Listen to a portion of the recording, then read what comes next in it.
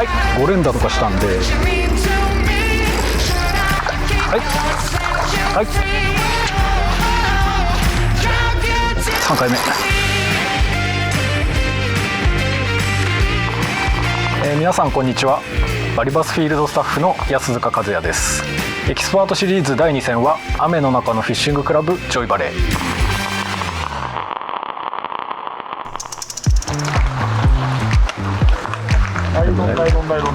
ナイロン。ああ、そういうこと。そう。ナイロン。そう。LLLL 持ち込んだタックルは4セット。竿はすべてゴールドウルフ 613L を4本。その中で2本が SVG ナイロン3ポンド、もう2つが SVG ナイロン 2.5 ポンドを使用して当日挑みました。安さん的に1回戦で戦って、どんな関係に1回戦って放流入ったじゃないですか。だけど連チャンさせるなら残存を追いかけた方がいいかなって感じでしたね。で放流魚よりは見つけづらいんですけど、やっぱりこうカウントとかレンジとかスピードとかの制限が狭いんで、元からいる魚なんで。ただ見つかっちゃえば、そのさっきみたく5連打とかしたんで、放流をちょっと5連打っていうのはよっぽど場所が良くないとできないから、少し早い段階で残存の魚狙いに行って、それに放流が混じればいいかなみたいな感じでした。それでは1分後カウントダウンスタート。お願いします。審判のタックルチェックを行ってください。5、4、3、2、1、スタートです。スタートしてください。これが2回戦。2回戦の前半で、最初スタートはおそらくノアの 1.5。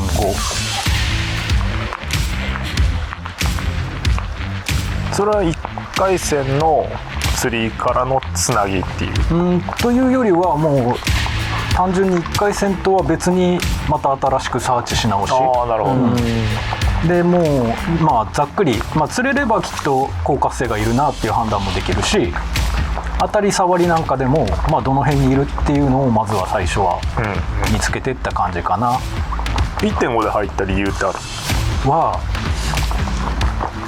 俺のいつものイメージよりも今回のジョイバレーさんの魚が遅かった、っていうのがあって。普段は18とか、そうだね、18のワビ入りなんだけれども、今回に限っては何が原因かは分かんないけれども、この雨でいつもより濁ったのかもしれないし、でも遅かったよね。そうだね、当日ちょっと遅くて、探りは1のは1号で入ったかな。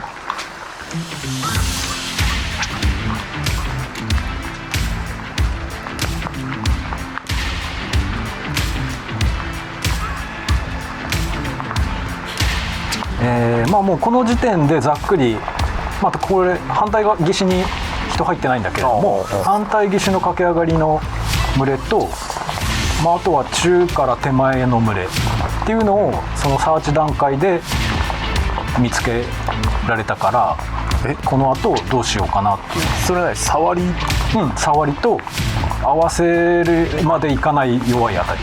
それをナイロンで。ナイロンで。だって全ナイロンでしょ？そう、今回は4タックル全部ナイロン。竿全部一緒。613L 結構重たいのから軽いのまで出番があるのかなと思ったんで、 613L を4本持ち込んだ。もう全部クランクは家に置いてきちゃった。いつも通りスプーンやりたかったから。いや、こんな人多分いないと思う。いなかったと思いますよ。会場の4本持ち込む、4本っていう時点であんまりいない可能性もあるし、ゴールドウルフの 613L を4本持ち込んで全部ナイロン、 2.5 が2本に3ポンドが2本。なるほど。糸の太さだけ変えてっていう。そうだね。でも2種類だから。そうですね。限りなくでもまあやすさんの中ではその使い分けっていうか、そうだね、しっかりあるからそれだけで挑めるってことですもんね。2つがあればスプーンで挑めるかなっていうのがあるんで。だって最初の数投でそのナイロンでその触りで群れの場所が判断できてるっていう時点でもうそれでいいもん。そうだね。そこで無理くり当たった当たりをかけちゃうとその1匹で終わっちゃうから、弱いなら弱いを感じたいから、まあいつも言うんだけど、はいそうですね。弱いなら弱いを感じたいから俺はそれをナイロンでやってる。もうちょっと冒頭だって2回目かっていうのもそれ小さい当たりは小さい当たりのまま感じてそのバイトの質の強さに、で2回目かっていう強状況判断、くいい当たりになるまで、はい、こっちのコントロールでもうそれが差を上げたのか下げたのかとか、ルアーの色だったりとかウェイトだったりっていうのを修正しながら、はい、いい当たりにしていく。一般的にはそのバイトをどう取るかを考えがちですもんね。そう待った先に。そうなんだよね、これがね大会だと限られた時間の中だと、はいそれもやっぱり一つありっちゃありだよね。ただ待ったからこそ分かる答えがあるってことですよね、その先に。その先に連チャンする何かがあるんであれば俺はそっちを追いかけるかなっていう。これで1本目を手前、もうこの時は手前の群れ中から手前の魚に的を絞ったかな。沖のサーチをした時に沖にもやっぱちょっと群れはあったけれども、なんだろう、これが水の中潜ってみたわけだから水の中潜ってみたわけじゃないから分かんないんだけれども、沖はなんか結構その群れが不安定だったっつうのかな、移動する、それがなんか水が混ざんないかな分からないけれども、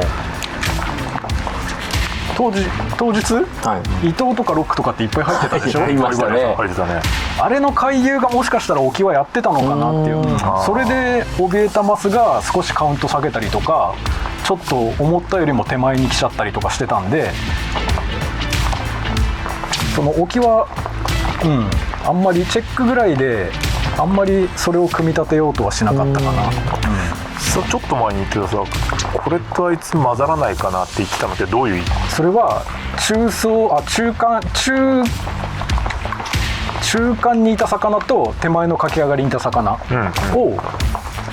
混ぜてもっといい状態にしよう。その中間にいる魚を1回目2回目って当たってたでしょう、それを3回目までに手前の駆け上がりに持ってきて、手前の駆け上がりの魚も一緒に口を使わせるみたいな。じゃあ同じその一頭の中で、そのテンションを上げていって、その手前のと中間のがちょうどいいところで奪い合ってくれないかなみたいなイメージ。そう中の魚の口使ったのを見て手前の魚も俺も行こうみたいな、そんなイメージで。それがやっぱだから1回目を取っちゃうとそれも作れないわけさ。これがエステルだとその1回目で1匹釣ってその1匹で終わっちゃうね。その組み立て方もさ、もうスタイルじゃない。そうだね。でヤスがすごいのはそれを試合中に組み立てて、ちゃんとバチッとはめてくんだよ。その時間内にですよね。でちゃんと育つっていうのも技術だし。そうですね。俺絶対エステルで取りに行っちゃう。俺もです。ワンバリとも。これの次の次。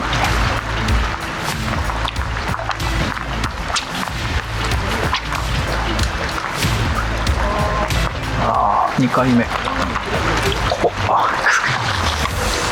回待ったらこれがさっき言ってたそうですでしょ。3回待ったら本当に考えたことないです。そう。2回。2回。この次。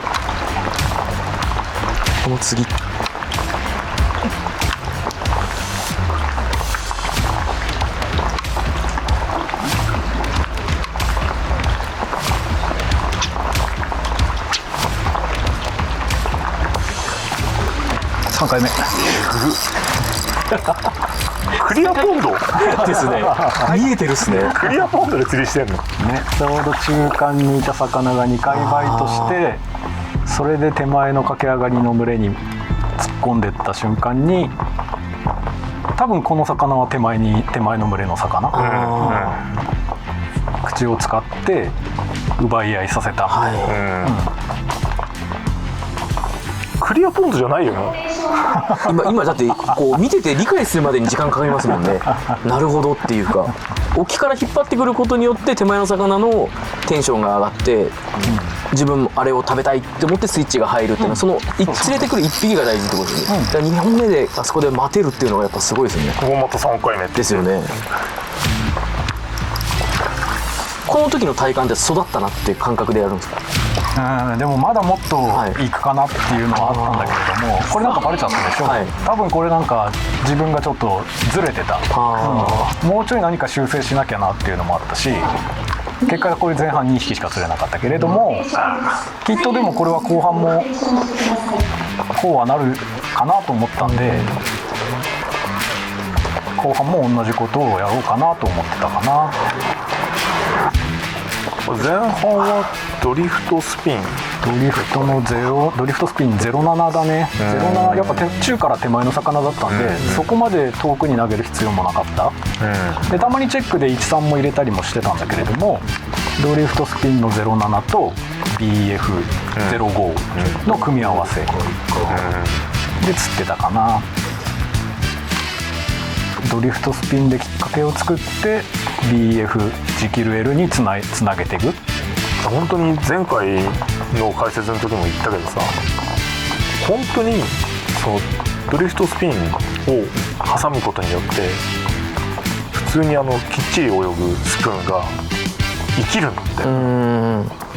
場が荒れないし、でも育った魚はちゃんと育ってくれる、そうだね。それでつなげられるっていうのを、あれなんですかね、その釣れるレンジに意識をさせるって意味なんだよこれ、ドリスピを入れることによって。多分視線だと思う。視線ですよね、多分ね。別に食べないんだけども、なんだあれっていう視線で集めていくって感じですかね。かかるかからないにしろ、やっぱり口を使わせるのがすごくきっかけを与えるのに大事なもんで、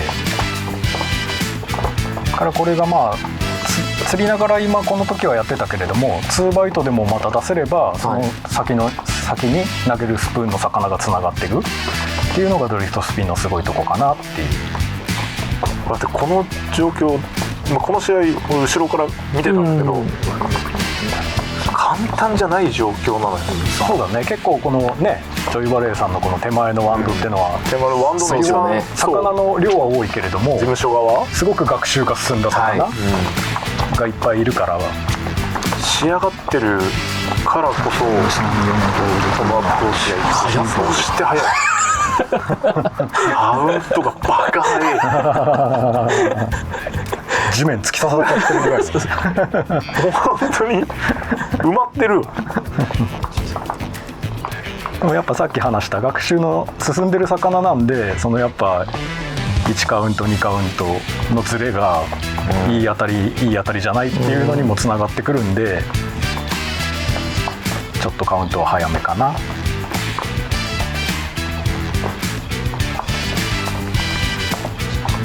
基本どこでもこのカウントじゃん。そうだねそれぐらいで釣ってんのって聞いてびっくりするもん秒数がえとかボトムで放置してる人たるんでますよっつって土に潜っちゃってるかもしれないしばらく動かしてないのかなって思う今40みたい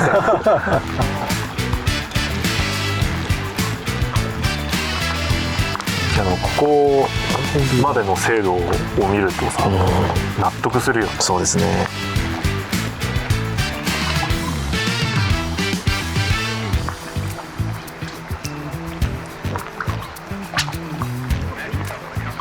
多分自分のそのストーリーがその時間内で作るためにこう僕がパッと見て自分が試合やってる時よりもなんか落ち着いてるっていうのが第一印象なんですよ、こう安さんの試合見てて。だからストーリーに対して多分絶対的なイメージと自信があるなっていう。そうだね、はい、それが毎回ね、作れるわけじゃないけれども、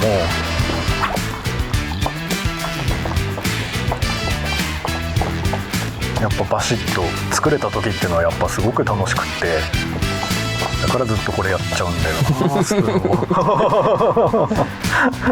エキスポの会場にプラスチック全部置いてっちゃうんだね、そうですね。お留守番のめっちゃうまいんだよプラスチック、ですよね。昔はやってたからね。めちゃくちゃうまいのでもこのスタイルにたどり着いて、ただ花がある、同じようで違う魚。同じようで違う魚らしい。そうだね、狙ってたやつと違う、まあ体の魚体だったりとか色だったりっていうので、結構学習の進んだ魚で真っ白な魚が釣れてたけれども、今の新しいもん。今のはちょっと新しかったかなっていう判断。そういう魚がこう釣れた時って、その魚の群れが入ってきたからまたその手前の残存とかとどう混ぜようとかっていう思考になるんですか？当たりがその同じような魚の当たりが多いんであれば、群れが入ったっていう判断にもなるし、別にそれがまあ回遊で抜けちゃってれば別に構わないしっていう。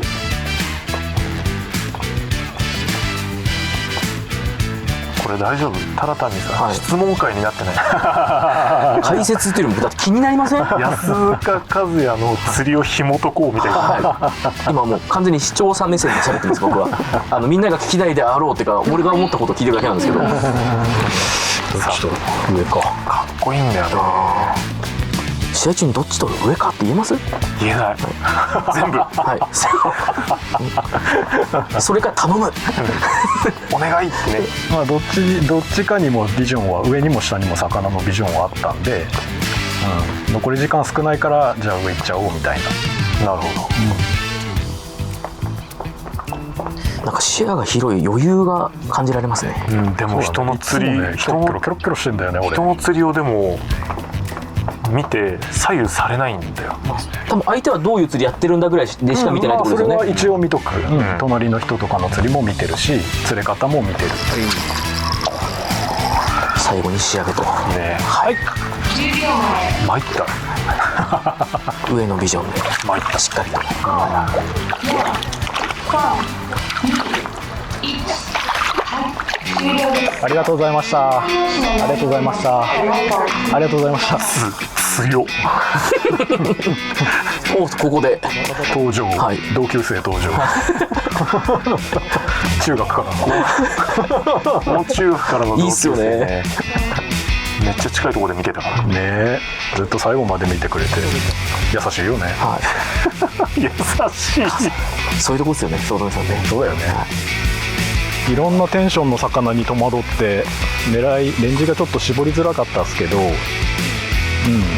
ちゃんと合わせれば連発できたかなみたいな、で独り言のように言ってた3回目のあたりが本あたりだったんで、あれを1回目でかけちゃおうとするとやっぱりそのいる魚のテンションを下げちゃうんですよ。疑いながら食ってる1回目の弱いバイトだったから、それを3回待つことができたのはナイロンだからかなって思うんですよ、ナイロンだからそのまんま無視して弱い当たりでまたしばらく巻いてたら弱い当たりで3回目で本当たりゴンみたいな、何でもかんでも一発目を感じて合わせちゃうっていうのは意外と正解のようで正解じゃなかったかなっていう気がしますね、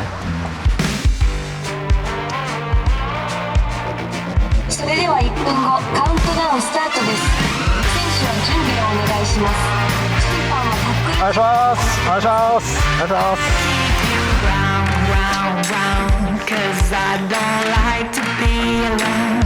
But now the sound of your voice is starting to get old.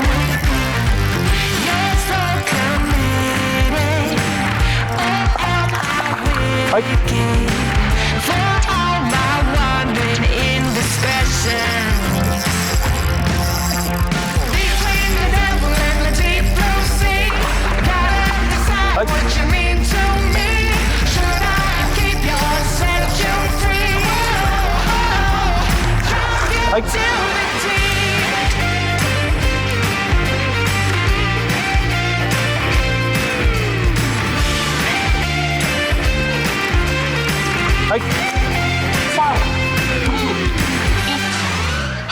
終了ですシートありがとうございました。